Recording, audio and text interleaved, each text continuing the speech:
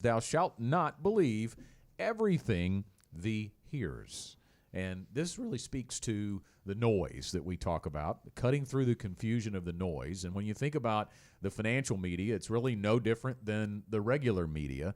They have to get your attention. You see things on Facebook now. It's called clickbait, right? I mean, they put a headline out there that really may not be the right perspective of what the story is actually about once you click on it, but they get you to click.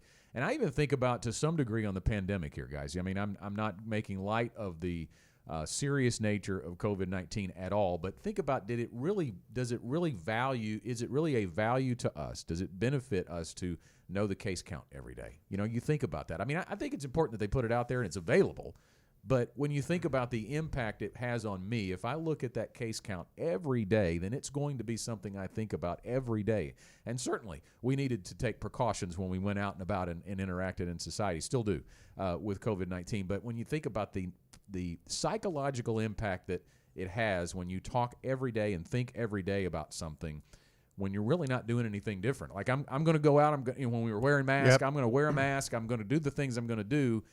It doesn't really make a difference to me on the case count. So the same thing is true with looking at the markets, right? When you think about, when does it make headlines? It doesn't really make headlines when it's setting all-time highs, which it has done dozens of times this year, which on average it does dozens of times most years, but it always makes headlines when it's down. You know, it is always about the worst times and what's bad about to happen. Yeah, I think 90% of the news stories have some kind of negative spin to them. That's from a study by Quora, I believe is how you pronounce that. But it's all about putting it in perspective too, drawing this back into the market and kind of what we deal with here at Gen Wealth. But, you know, you'll see a headline where it'll say the Dow has dropped X number of points. Right.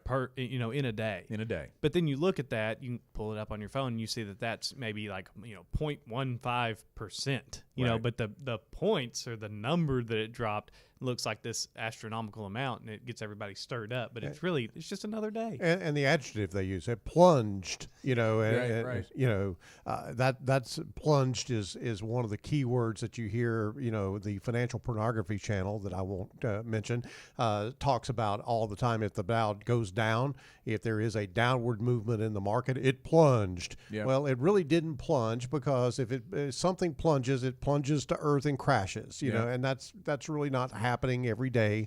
And so I think that for a great perspective, guys, all you have to do is to look up the lyrics of a Kenny Chesney song called Noise. He wrote this song back in the midst of a political season, and, everything was flying around on Facebook and everything. And it was a number of years ago, but it's 10 times worse today. Yeah. And you have to think about as you said, Scott, the psychological impact of being assaulted by that stuff all day, every day.